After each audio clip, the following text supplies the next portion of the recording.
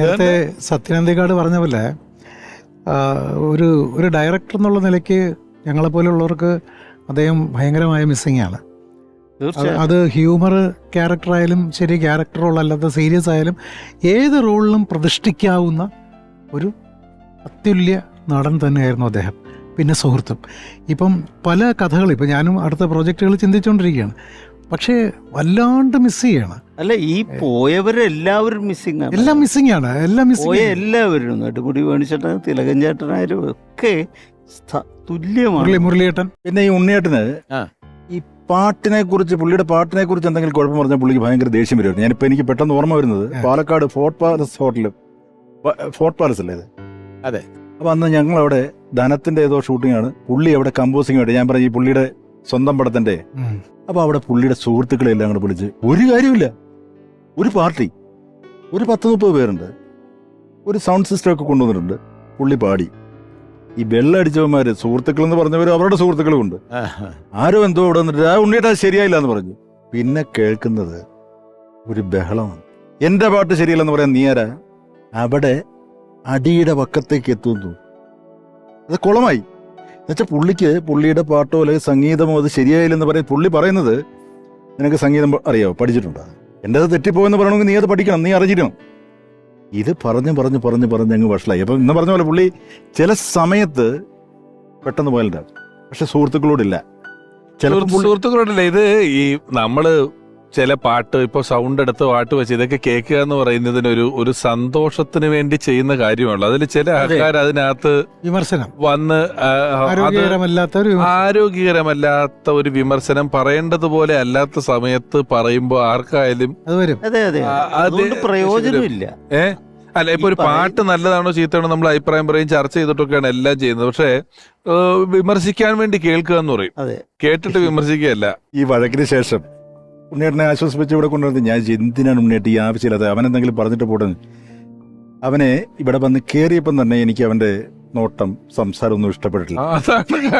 എപ്പോഴെങ്കിലും ഒന്ന് കൊടുക്കണമെന്ന് വിചാരിച്ചിരിക്കുക. അല്ല, അദ്ദേഹം പാടിയത് അധികം പേര് കേട്ടിട്ടുണ്ടാവില്ല. ഞാൻ കേട്ടിട്ടുണ്ട്. കുറച്ച് അല്ല, നമ്മളൊക്കെ കേട്ടിട്ടുണ്ടാവും. ജനങ്ങൾ കേട്ടിട്ടില്ല. ഇന്ന് ഈ സോഷ്യൽ മീഡിയ ഒക്കെ ഇത്രയും എന്താ പറയാ പോപ്പുലർ ആയിരിക്കുന്ന കാലഘട്ടത്തിൽ അദ്ദേഹത്തിന്റെ പാട്ടുകളൊക്കെ അദ്ദേഹത്തിന് പാടാൻ കഴിയുമായിരുന്നു, ഇല്ലേ?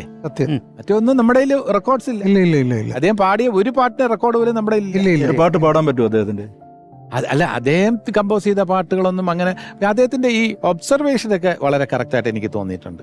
അദ്ദേഹം പാടിയ അല്ലെങ്കിൽ കമ്പോസ് ചെയ്ത പാട്ടുകളൊന്നും എനിക്ക് ഓർമ്മയില്ല, എൻ്റെ മനസ്സിലില്ല. പക്ഷേ അദ്ദേഹത്തിന്റെ ഒബ്സർവേഷൻസ് ചിലത് അദ്ദേഹം പറയുമായിരുന്നു. ഈ ദാസേട്ടൻ, എന്താ പറയുക, ജയചന്ദ്രൻ, ഇതിന്റെ രണ്ടും താരതമ്യപ്പെടുത്തുമ്പോൾ അദ്ദേഹം പറയായിരുന്നു മുഹമ്മദ് റഫിയും കിഷോർ കുമാറും. മുഹമ്മദ് റഫി ദാസേട്ടനും ഒരു സ്കൂളിലാണ്, ജയചന്ദ്രൻ കിഷോർ കുമാർ, ആ രണ്ടൊരു താരതമ്യപ്പെടുത്താമെന്ന് അത് കേട്ടപ്പോൾ എനിക്ക് തോന്നിയിട്ടുണ്ട് കറക്റ്റാണെന്ന്. കാരണം ഏത് രീതിയിലാണ് അതിനൊരു കമ്പാരിസൺ എന്ന് പറയാൻ പറ്റില്ല. കാരണം ദാസേട്ടൻ്റെ ഒരു ശൈലി നമുക്കറിയാമല്ലോ, അത് ആ റേഞ്ചിലും ഒക്കെ നിൽക്കുന്നത് മുഹമ്മദ് റഫി സാഹിബിന്റെ ആണ്. ജയേട്ടന്റെ ആണെന്നുണ്ടെങ്കിൽ ക്ലാസിക്കൽ മ്യൂസിക് അത്രയധികം പഠിച്ചിട്ടില്ല. കിഷോർ കുമാർ അതുപോലെ പഠിച്ചിട്ടില്ല. റഫി സാബ് നല്ലതുപോലെ ക്ലാസിക്കൽ മ്യൂസിക് പഠിച്ചിട്ടുണ്ട്, ഹിന്ദുസ്ഥാനി സംഗീതം.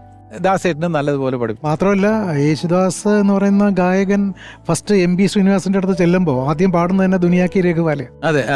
ഫസ്റ്റ് പാട്ട് പാടാൻ പറയുന്നത് ദുനിയാക്കി രഘുവാലയാണ് പാടിക്കൊടുക്കുന്നത്. അത്ഭുതകരമായിട്ടാണ് അദ്ദേഹം അത് കേട്ടോണ്ടിരുന്നതെന്ന് പറഞ്ഞിട്ടുണ്ട്. അതെ. അപ്പൊ അന്ന് മുതലേ, അല്ലെങ്കിൽ തന്നെ ഈ കൊച്ചിക്കാർക്ക് ഈ മുഹമ്മദ് റാഫി ക്രൈസ് ഉണ്ടല്ലോ, കൊച്ചിക്കാർക്ക് ഭയങ്കരമായിട്ടുണ്ട്. കൊച്ചിക്കാർ ആര് പാടിയാലും മുഹമ്മദ് റാഫി പാടുപോലെ ഇപ്പോഴും കൊച്ചിയില് മുഹമ്മദ് റാഫി ക്ലബുകളും പാട്ട് കേൾക്കുന്ന പരിപാടികളൊക്കെ ധാരാളമായിട്ട് നമ്മൾ കാണാറുണ്ടായിരുന്നു. പിന്നെ ഈ പറഞ്ഞ കമ്പാരിസണിൽ വേറെ സത്യം കൂടെയുണ്ട്. ഈ കിഷോർ കുമാറിന്റെ ശബ്ദം എന്ന് പറയുന്നത് തന്നെ ഭാവമാണ്. അതെ, അത് തന്നെയാണ് ചേട്ടൻ. അതെ, ചേട്ടൻ ഒരു രക്ഷയില്ലാത്ത എക്സ്പ്രഷൻ അല്ലേ. എന്താണ് ആ റംസാനിലെ ചന്ദ്രികയൊക്കെ പാടിയിരിക്കുന്നത്, ആ തൊണ്ടയിൽ എന്തൊരു എക്സ്പ്രഷനാണ് വരുന്നത്. അല്ല, അത് ഈ സിനിമയിലുള്ള അഭിനേതാക്കളിൽ പാട്ടിനെ കുറിച്ച് ശ്രദ്ധിക്കുകയും കമ്പയർ ചെയ്യുകയും ചെയ്യുന്ന ആളുകളാണിത്. അന്നൊക്കെ അത് നോട്ട് ചെയ്യുകയും ഇതുപോലൊരു ഡിസ്കഷനിലേക്ക് വരികയൊക്കെ ചെയ്യുന്നുള്ളൂ, അവരുടെ അതിനകത്തേ ഉള്ളൂ. ജോസന്റെ അടുത്ത് പാടാൻ പറഞ്ഞില്ലേ, പിന്നെ ഒടുവിലേട്ടൻ എന്നെ വിട്ട് പാടിച്ചിട്ടുള്ള ഹിന്ദി പാട്ടുകളിൽ ഏറ്റവും എനിക്ക് ഇഷ്ടമുള്ള ഒരു പാട്ട്, അദ്ദേഹം എപ്പോഴെപ്പോഴും കാണുമ്പോൾ ആ പാട്ടൊന്ന് പാട് 4 വരിയിൽ നിന്നുള്ള എപ്പോഴും പറയാറുണ്ട്. ദോസ്തിയിലെ ഒരു പാട്ടുണ്ട് മുഹമ്മദ് റഫി സാഹിബിന്റെ.